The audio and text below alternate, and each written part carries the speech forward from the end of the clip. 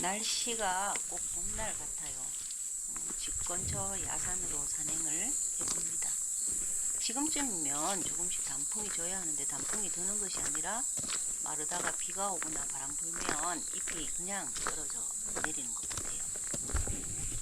다시 가을 가뭄이 시작된 걸까요? 산길 옆으로 계곡이 흐르는데 물이 상당히 줄어들어 있습니다. 예년 같은 날씨들이 아니라서 생태계도 엉망이 된 것 같네요. 10월 중순인데도 낙엽 하나 없는 게 말이 안 되잖아요. 오늘도 큰 기대 없이 산을 오릅니다. 건강을 챙기기 위해 나선 길이기 때문에 쉬엄쉬엄 다니려고요. 길 옆에 버섯이 보여서 가까이 왔더니 삿갓 외대버섯 같네요. 외대버섯인 줄 알고 깜짝 놀랐습니다. 삿갓 외대버섯은 독버섯인데요. 식용버섯인 외대버섯과 꼭 구별을 할 줄 알아야 하죠. 공기가 습하면 이렇게 회색이나 회색이 섞인 황토색이 되기도 합니다. 소나무와 공생을 하고요. 섭취하면 복통이나 구토, 설사등과 함께 신경계 증상을 호소한다고 하네요. 짧은 팔에 얇은 잠바 하나 걸치고 나왔는데 땀이 나요. 그래도 걷기 좋은 날씨라 산책하기엔 딱 좋은 것 같습니다. 양쪽으로 산을 두고 있어서 바람은 없어요. 또 버섯 하나를 만납니다. 멀리서 보기에도 흰 가시 광대버섯 같은데요. 뽑아봐야 정확히 알겠지만 먹음직스러워 보여요. 흰 가시 광대버섯이 많네요. 독성이 있지만 며칠 우려내어서 드시는 분들이 있다고 들었어요. 보이는 인편들은 비가 내리면 씻겨서 떨어져 나가기 때문에 다른 종처럼 보이기도 하죠. 아직 막이 벗겨지지 않은 어린 버섯으로 닭다리 버섯이라고 불러요. 숲으로 들어서자마자 뽕나무 버섯 뿌치를 만납니다. 죽은 나무가 땅에 묻혀 있는 것 같네요. 사람들이 지나다닌 흔적이 있습니다. 작은 줄들이 여기저기 나타나고요. 바싹 마른 잎들이 밟히는 소리를 오랜만에 듣는데요. 저 앞으로 또 버섯이 보입니다. 휘날 광대버섯이나 도구산 광대버섯 같은데 한번 확인을 해봐야겠죠. 우선 광택이 나고요. 중간이 약간 볼록하고 뽑아보니 휘날 광대버섯은 아니고요. 도구산 광대버섯이 맞는 것 같습니다. 죽음의 천사로 부를 정도로 맹독버섯인데 급격히 주름살이 좁아지네요. 다시 탐색을 시작해봅니다. 맹독버섯을 만나고 나면 기분이 좀 묘해져요. 물 마시는 것도 그렇고요. 이번에도 뽕나무 버섯 뿌치를 만나고요. 근처 죽은 나무에도 뽕나무 버섯 뿌치가 이렇게 자라는가 싶어서 와보니 이번에는 팽이 버섯이네요.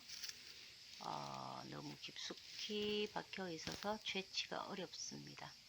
이 팽이 버섯은 겨울까지 살아있기 때문에 좀 더 키웠다가 다시 오기로 하고 탐색을 또 시작합니다.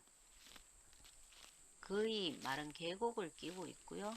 저 앞으로도 버섯이 보이네요. 검은 비늘 버섯입니다. 고지혈증에 좋다고 연구 중인 식용 또 약용 버섯이죠. 조금 노균화가 되기는 했지만 말려서 물을 끓여 먹고 싶어서 채취해 봅니다.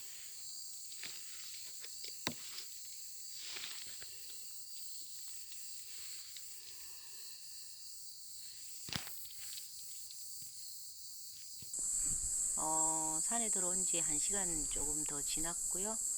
가져온 커피 한 잔 마시고 다시 출발합니다. 모기는 거의 사라졌지만 하루살이가 아직 기승입니다. 이맘때면 진드기가 알을 까는 시기이기 때문에 또 조심을 해야죠. 계곡을 건너서 능선을 바꾸어 보기로 합니다. 높지 않은 산이라서 크게 뭐 식생 분포도가 다를 것 같지는 않지만 어떤 버섯을 만나게 될지 기대는 합니다. 요즘은 뱀도 독이 많이 올라서 조심을 해야죠. 눈은 바닥을 살피고 귀는 항상 열어서 벌의 움직임을 포착합니다. 숲에서 음악을 듣거나 전화 통화를 하는 것은 매우 위험하죠. 그래서 저는 산에 들어올 때 전화기를 무음으로 바꾸고 가방에 넣어둡니다. 가끔 쉴 때 확인하면 되더라고요. 여기도 휑하네요. 정말 버섯이 없어요.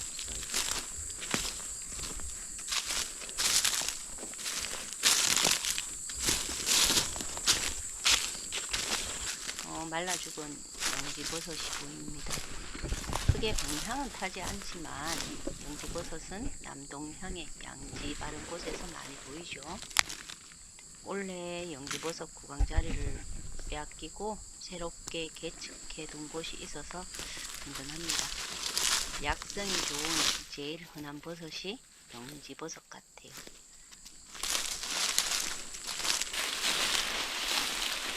저 아래에 또 보이네요. 실성선이나 등갈식 미로버섯 같은 곳으로 내려가 봐야겠죠. 내려왔더니 귀한 버섯을 만납니다. 우선 등갈색 미로버섯이 맞고요. 바로 옆에서 자라는 버섯을 한번 살펴봐야겠네요. 애주름 버섯과 같은데 자세히 봐야겠어요. 죽은 참나무 그루터기에서 자라고요. 백색형의 애주름 버섯으로 보이는데 정확한 동적을 못하겠네요. 맑은 애주름 버섯으로 보기에는 떨어진 주름살이고요. 흰 애주름과는 또 자라는 환경이나 대어의 모습이 좀 다르네요. 애주름 버섯 속만 해도 우리나라에 500여 종이 넘는 버섯이 있기 때문에 진짜 구분하기 힘든 녀석들입니다.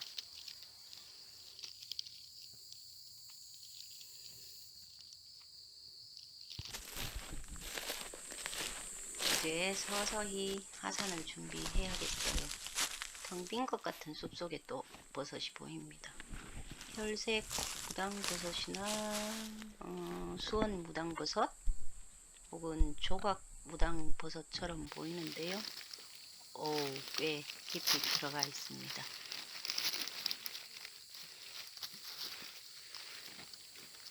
일단 줄기 전체가 하얀 것이 혈색 무당버섯이나 수원 무당버섯은 아니고요. 가장자리에 짧은 선이나 대어의 모양이 아래로 갈수록 가늘어지는 것이 조각 무당버섯으로 동정됩니다. 맛이나 향기는 크게 없지만 식용버섯으로 이용을 하고 있죠. 독버섯이든 식용버섯이든 산에서 버섯을 만나면 기분은 일단 좋아지더라고요. 아까처럼 맹독의 버섯은 좀 그렇지만요. 이번에도 독버섯을 만난 것 같습니다. 오늘은 독버섯을 좀 많이 만나네요. 환각을 유발하는 독성을 품고 있어서 일부 중독되어서 기억 상실에 걸린 사람이 있다고 보고된 독버섯입니다. 근처에도 꽤 여러 개체가 발견되고요. 이 버섯은 화렵수림에서 주로 발견이 됩니다. 항정신성 물질을 품고 있어서 직접 손을 대지 않고 뽑아봅니다. 꽤 길게 들어가 있네요.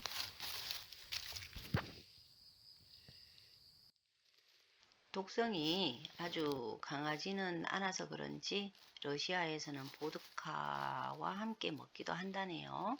아마도 환각을 불러일으키기 때문인 것 같습니다. 보기에도 독버섯처럼 보이죠? 같은 자리에서 10여 개체 정도 만난 것 같습니다.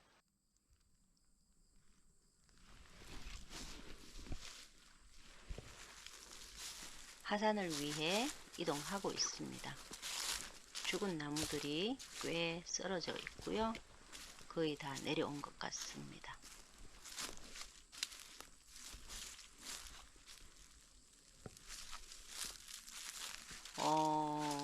민가가 가까운 곳인데 갈황색 미치광이 버섯이 보입니다. 이 역시 중독되면 환각 증상을 경험할 수 있어서 마법의 버섯으로 불리지만 함부로 섭취하시면 큰일 나죠. 최근에는 이 버섯으로 폐암이나 전립선 암세포 정식을 억제하는 물질을 발견하기도 했다고 하더라고요. 이상 산행을 마치고 주차해둔 차로 이동하고 있습니다.